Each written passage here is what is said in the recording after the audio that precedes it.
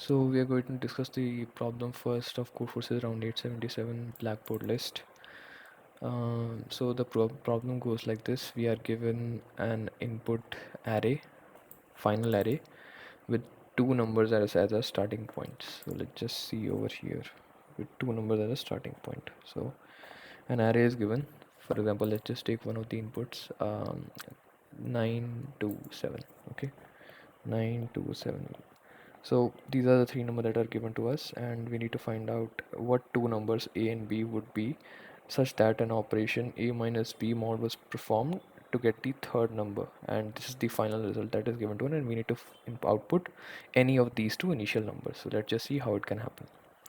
It is clearly visible in this case that if we do 9 minus 2 and we take a mod of this, which is 7, it is clearly visible that we can have a as 9 and b as 2. That is, 9 was the first number and 2 is the second number. For clarity purposes, that let's take another example as well. um, Minus 9 1 11 minus 10, minus 9 1 11 minus 10. So let's just see a few trial and errors and figure out like what could be the first two initial numbers a and b. All right. It is clearly visible that if we do minus 9 and minus 10, then we could possibly get 1. And let's just see, minus 9 minus 10, then we could get 1. And if we do 1 minus 10, we could do 11. So obviously minus 9 minus 10 were the initial numbers. And looking at the constraints of the problem, we can see that a solution that would be accepted in this case for n can range between 3 and 100, and a value of the numbers can range between minus 10 to the power 9, 10 to the power 9. So what this means, that n can range between 100 and let's just say 3, and the value of ai can range between minus 10 to the power 9 to 10 to the power 9.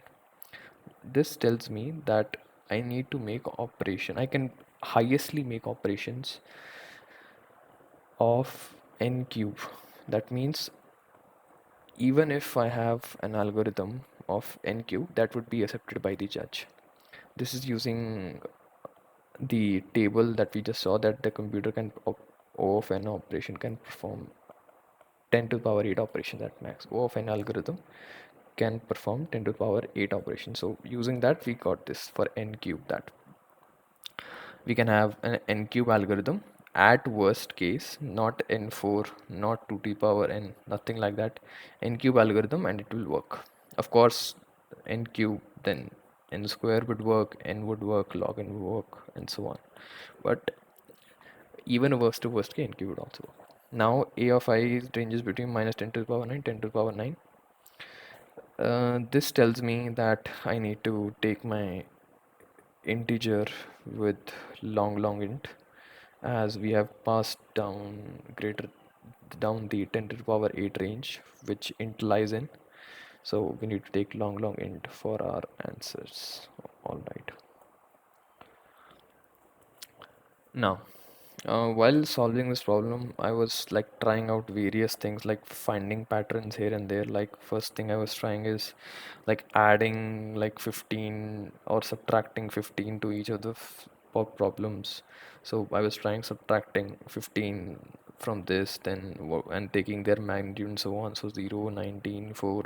Then I was also trying subtracting minus 4 from each. So if you subtract minus 4 from here and take the magnitude, which is 19, when comes 0 for this, and it will be 15 for this, like magnitude difference amongst all these, basically it will give me this matrix. Then I was just like over engineering it, like is there is like a pattern that I could see. Of course I didn't saw any pattern because this wasn't the right approach.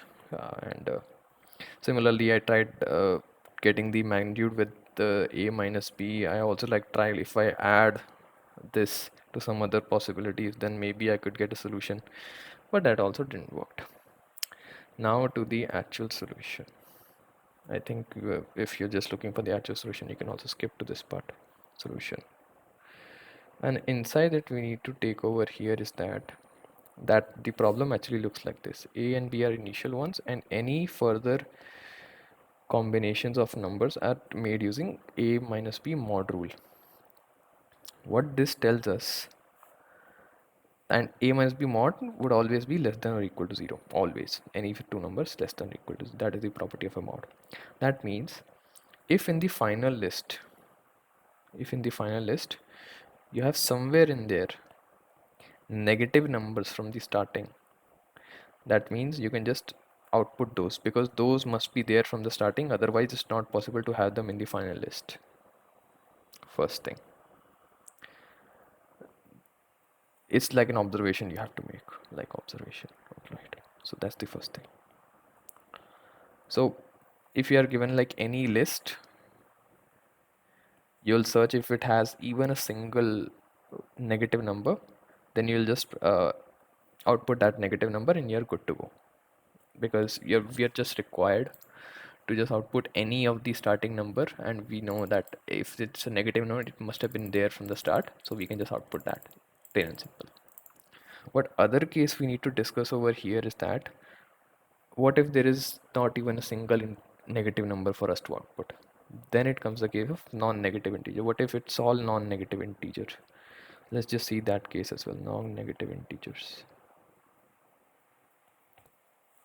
Let's just take the example from here. I think this could be the one.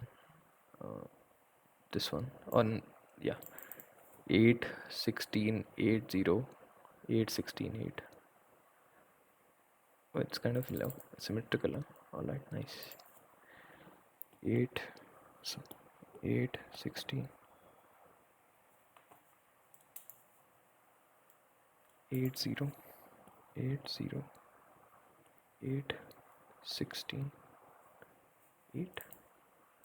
Yeah, so this is our input array. We are required to find out if like there was a number, two numbers, any two numbers we need to output that were there from the starting.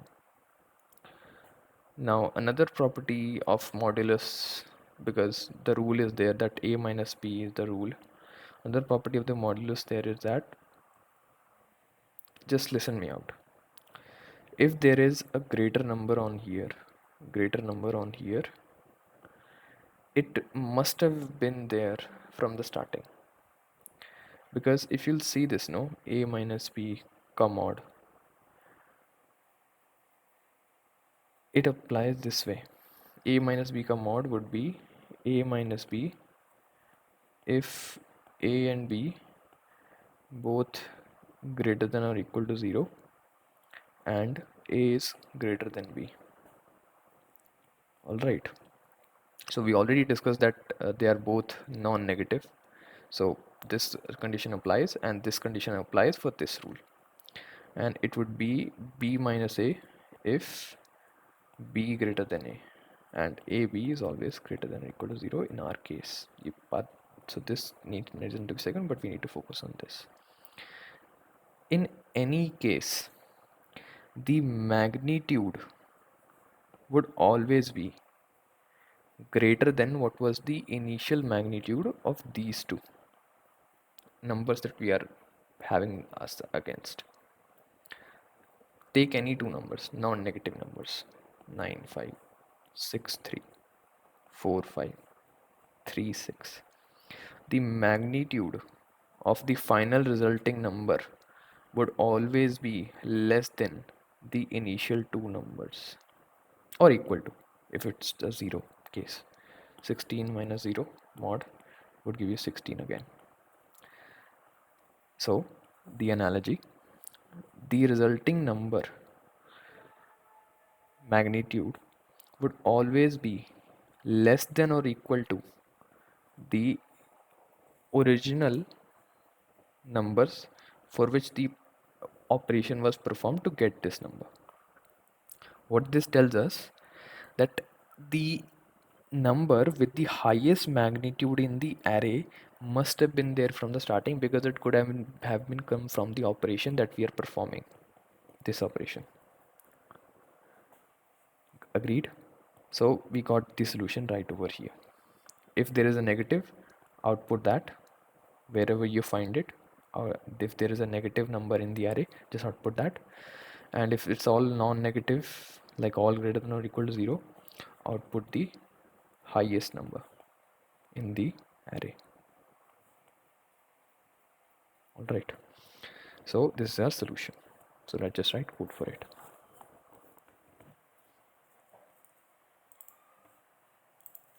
We already discussed that the range is greater, so I'm just taking long int here defined.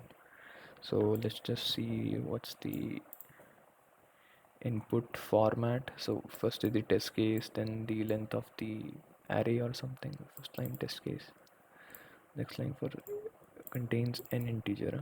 Shuffle list numbers written on the blackboard. Just guarantee that the input was generated. Um, yeah, it's okay. We can take a vector for this. That shouldn't be an issue. We can just generate a new vector and just input that. Alright, let's just code it down.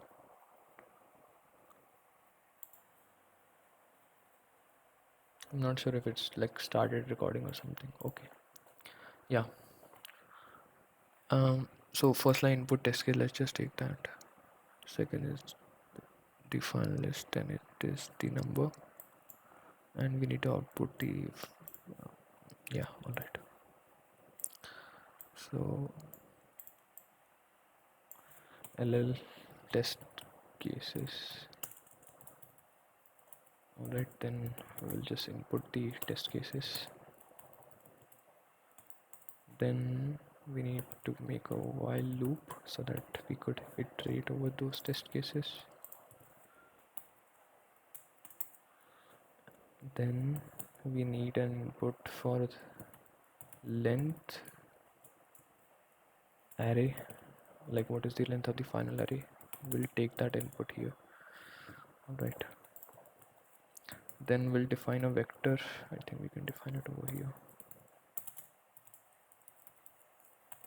for taking those inputs. Alright,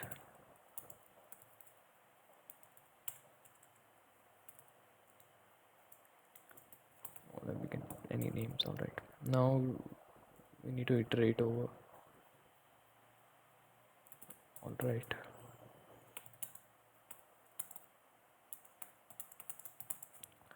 I less than, I think it could be length array, doesn't really matter.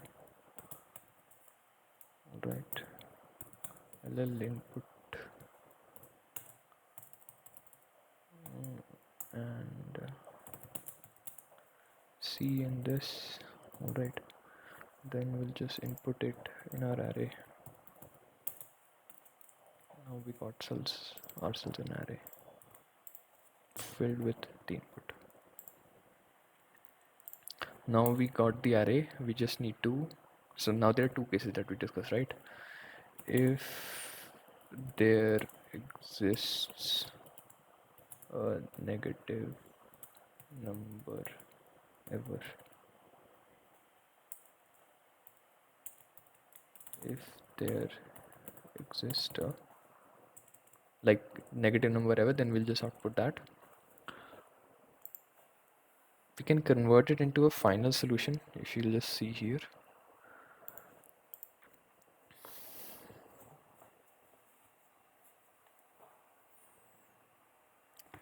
What we could do, like take this array, what we were given, this array, and sort it down.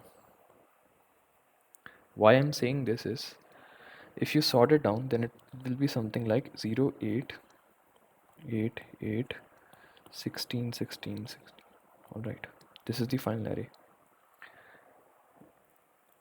And you could just output, if this is a negative number, then you could just output this, because any negative number would be at the left of the array, and any negative number that is in the array must have been there from the start. You can just output this if this is negative, just by checking if the first number is negative, or you can just output the largest number which is at the end of the array.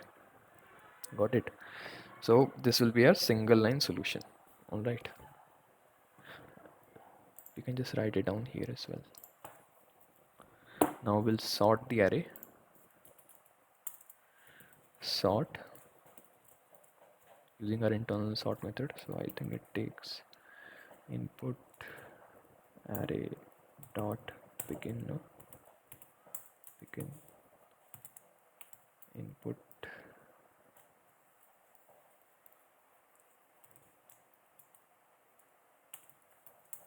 dot end. I think for sort I do require an algorithm here. I think this will remove that error. Yeah, it does. So now we got a sorted array.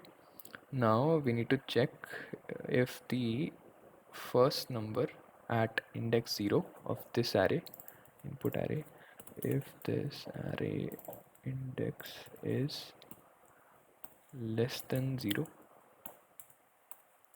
then we can just output it, and that will be it. All right, and we could just like continue from here. Like we don't need to be inside the loop of this while you can just continue. And if it's not a negative number, that means it is a non-negative based array, and in that case we can just output the last number, which is the highest number that we discussed, and that we can get using length array minus 1, and we can just make space for the next input, and that I think is it for our solution. Let's just try running it with a sample test case. G++. All right, I think it's okay, it's got it, dot slash a dot xc. I think it's stopping us for an input, so we'll get the input from here, a sample input. I'm not sure like if it is okay to paste everything here. Okay, I think did we got in like, I think it works something like this, no? Input then output. Let's just do that. Dot slash a dot xc. So first we'll give this input 9 3, then we'll see what is the output. 9, no? 9, yeah, correct. And we can see the output for this 10,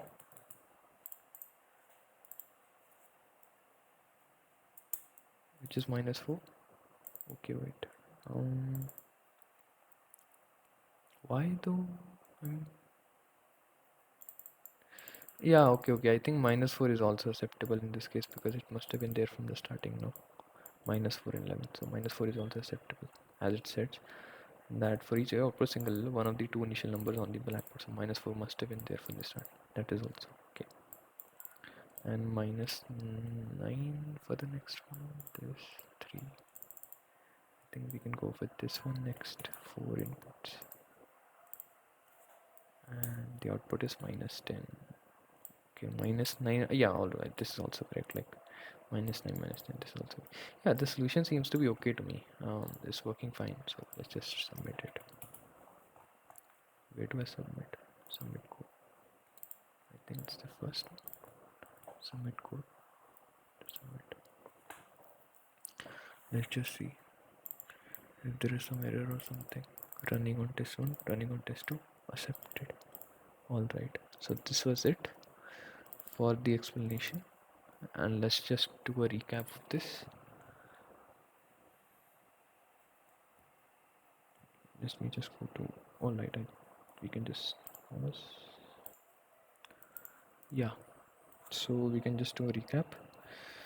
So what we discussed was we just solely depended upon our property of the modulus, in this case, that any number incoming from this, if in the final array there exists any negative number, then it must have been there from the starting. Then we discussed a further case if there is not a single negative number for us, to output, what we do if there is a non-negative integer case,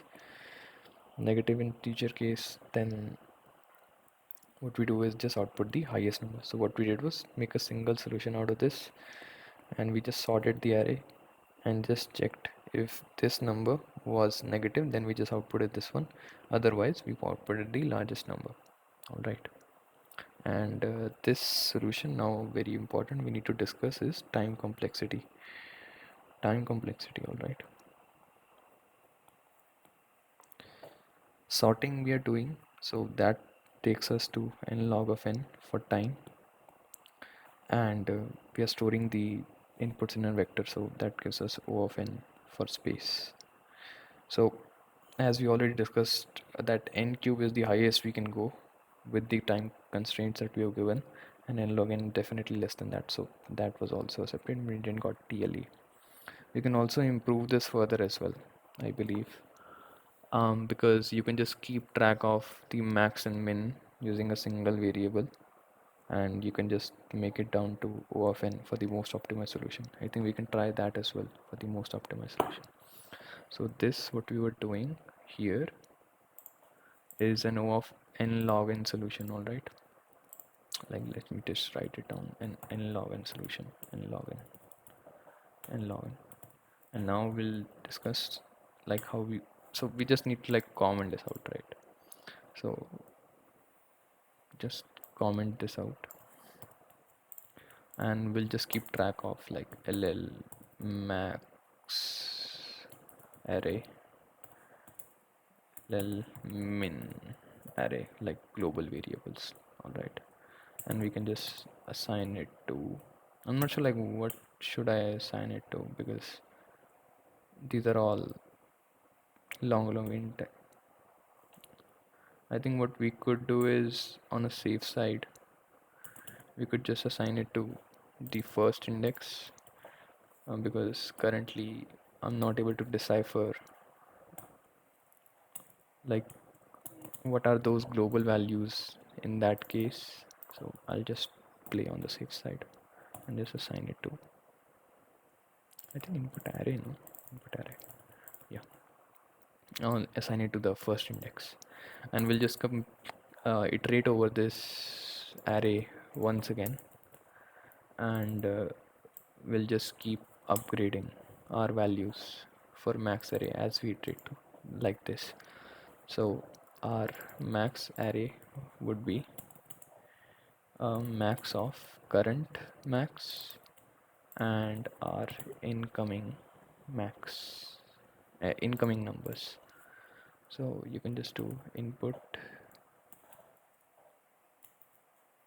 array of I, and that will give you what is the overall max in the array.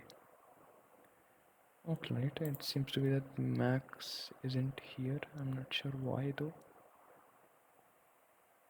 Standard vector array, input array.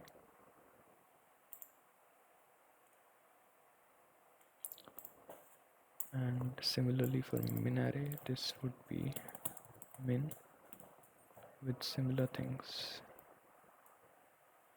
Min array and then input array.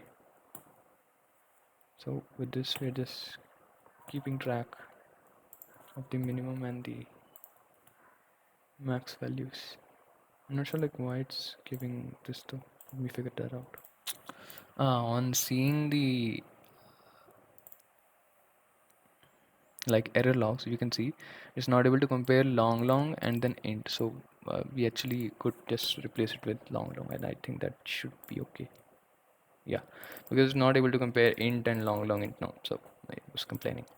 So now we got the max array of the whole array. Now we can just compare if the min of array was ever less than 0, so we can just output that, right? The C out of min array,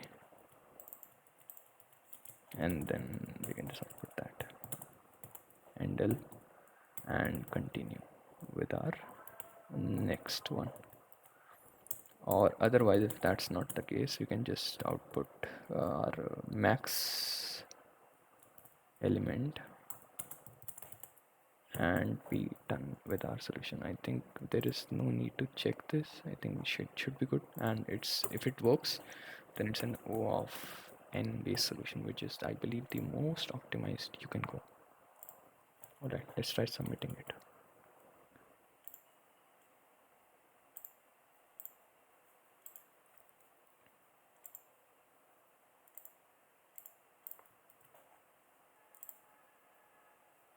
In queue, running on test 1 2 accepted. Alright, so this is what we discussed was an O of n solution. Alright, thank you, thanks for watching.